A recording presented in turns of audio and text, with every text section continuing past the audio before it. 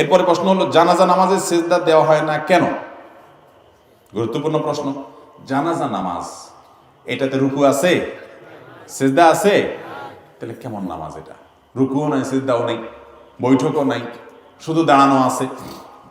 তো এই প্রশ্নের উত্তর হলো, মূলত জানাজা নামাজ এটা কোনো আসল পূর্ণাঙ্গ কোনো নামাজ না। এটা মূলত একটা দোয়ার আয়োজন। এটা কিসের আয়োজন? দোয়ার আয়োজন। সেজন্য সেখানে রুকু সিজদা নেই, বৈঠক নাই, এটা গতানুগতিক নামাজ না। এখানে যে সলাৎ বলা হয়, নামাজ বলা হয়, নামাজ শব্দের, সলাৎ শব্দের অর্থ মূলত দোয়া। সলাতুল জানাজা মানে মৃত ব্যক্তির জন্য কি? এটা মূলত তার জন্য দোয়ার আয়োজন, সেজন্য দাঁড়িয়ে তার জন্য দোয়া করা হয়। রুকু সিজদা তো আল্লাহ তাআলার প্রতি কৃতজ্ঞতা নিবেদন। এখানে আল্লাহর প্রতি কৃতজ্ঞতাটা মুখ্য না, মুখ্য হলো মুর্দার জন্য কি করা?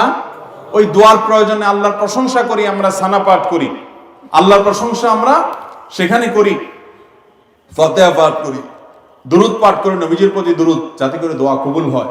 এটা পুরোটা দোয়া। জানাজা নামাজটা মূলত কি? এটা কোনো গতানুগতিক নামাজ না, যার কারণে সেখানে রুকু সিজদা নাই। এরপরে প্রশ্ন হলো, ফরজ নামাজের পর ইমাম সাহেব মুসল্লির দিকে ফিরে বসবেন নাকি কেবলার দিকেই থাকবে? এটার সুন্নাহ পদ্ধতি কি? দেখুন, বুখারীর একটা বর্ণনা সমর ইবনে জুনদুব রাদিয়াল্লাহু আনহু থেকে বর্ণিত হয়েছে। তিনি বলেছেন যে নবী করিম সাল্লাল্লাহু আলাইহি ওয়াসাল্লাম যে কোনো নামাজ যখন পড়তেন, ইদা সাল্লা সালাতান, নবী সাল্লাল্লাহু আলাইহি ওয়াসাল্লাম যখনই কোনো নামাজ পড়তেন, আকবালা আলাইনা বিওয়াজহিহি, তখন আমাদের দিকে তিনি ফিরে বসতেন প্রত্যেক নামাজের পর। অন্য আরেক বর্ণনায় আছে, নবী এক সাহাবী বলেছেন যে নবী আলাইহিস সালাম নামাজের পর যাতে আমার দিকে ফিরে বসার জন্য যে কোনো নামাজ আমরা নবীজির ডান পাশে পড়ার চেষ্টা করতাম, কারণ তিনি এদিকে ঘুরে বসতেন। এজন্য নামাজের পরে মুসল্লির দিকে ঘুরে বসা নবী সাল্লাল্লাহু আলাইহি ওয়াসাল্লামের একটা সুন্নাহ। এটা আমরা অনেকেই করি না, বা এই সুন্নাহর উপরে আমল অনেক ক্ষেত্রেই নাই। আমার বয়স 28 বছর, বাবা মা ছোটবেলায় আকিকা করেনি, এখন আমি কি আমার উপার্জিত অর্থ দিয়ে আকিকা করতে পারবো? বিস্তারিত জানতে চাই। এরকম আছে অনেক ফ্যামিলিতে, বাবা মার তখন সামর্থ্য ছিল না, বা তারা বুঝেন নাই, আকিকা করেন নাই। আল্লাহ তাআলা ছেলেকে এখন সামর্থ্য দিয়েছেন, মেয়েকে এখন সামর্থ্য দিয়েছেন, সন্তান বড় হয়েছে, এখন তারা নিজের আকিকা নিজে করতে চাচ্ছেন। পারবেন কিনা? উত্তর হলো পারবেন। নবী করিম সাল্লাল্লাহু আলাইহি সাল্লাম নিজে বয়স হওয়ার পর তিনি তার নিজের আকিকা নিজে সম্পাদন করেছেন, বিভিন্ন হাদিস থেকে প্রমাণিত। যার কারণে যদি আকিকা মূলত বাবার উপরে বর্তায়, বাবা যদি না করে থাকেন, এখন বাবার সামর্থ্য নাই, ছেলেকে আল্লাহ বড় হওয়ার পর সামর্থ্য দিয়েছেন, জানতে পেরেছেন যে বাবা তার আকিকা করতে পারেন নাই, তো তিনি নিজে নিজের আকিকার ব্যবস্থা করলে সেটা জায়েজ হবে এবং হাদিস থেকে সেটি প্রমাণিত। এরপরে প্রশ্ন হলো, স্ত্রী সহবাস করার পর ফরজ গোসল না করে মুরগি জবাই করা যাবে কিনা? যাবে, কোনো অসুবিধা নেই।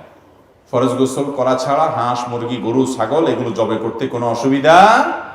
ফরজ গোসল দ্রুততার সাথে করে ফেলাই ভালো। কোনো কারণে যদি মনে হয় যে এখন গোসল করব না, নামাজের আরো বাকি আছে, 1 ঘন্টা 2 ঘন্টা আরো পরে করব, তাহলে আপনি এই ফাঁকে অন্যান্য কাজ করতে পারবেন, করলে গুনাহ হবে না। তবে উত্তম হলো ওযু করে নিয়ে তারপর অন্যান্য কাজ করা। যদি ওযু না করেও করেন, তাতেও মুরগি খাওয়া হালাল হবে, জবে হালাল হয়ে যাবে, কোনো অসুবিধা হবে না। আমাদের দেশে মহিলাদের ব্যাপারে ফতোয়া দেওয়া হয় যে মহিলারা গোসল ফরজ হলে ঘরের কোনো কাজ করতে পারবে না, বাচ্চারা দুধ খাওয়াতে পারবে না। বোগাস কথা, ভিত্তিহীন কথা। এটা মহিলার পুরুষের জন্য আলাদা কোনো পার্থক্য। গোসল ফরজ হলে দেরি না করে তাড়াতাড়ি গোসল করে ফেলা উত্তম, মহিলার জন্য পুরুষের জন্য সমান কথা। যদি কোনো কারণে দেরি করতে হয়, তাহলে আপনি গোসল ফরজ হয়েছে রাত 10টা, 11টা, 12টা, 1টা, ফজর নামাজ এখনো বাকি আছে, আপনি ফজরের আগ দিয়ে গোসল করতে চাচ্ছেন, চলবে, অসুবিধা নেই, ফজরের আগে তো করতেই হবে। তো আপনি এই সময়টা ঘুমাইতে চাচ্ছেন, ওযু করে ঘুমান, এটা উত্তম।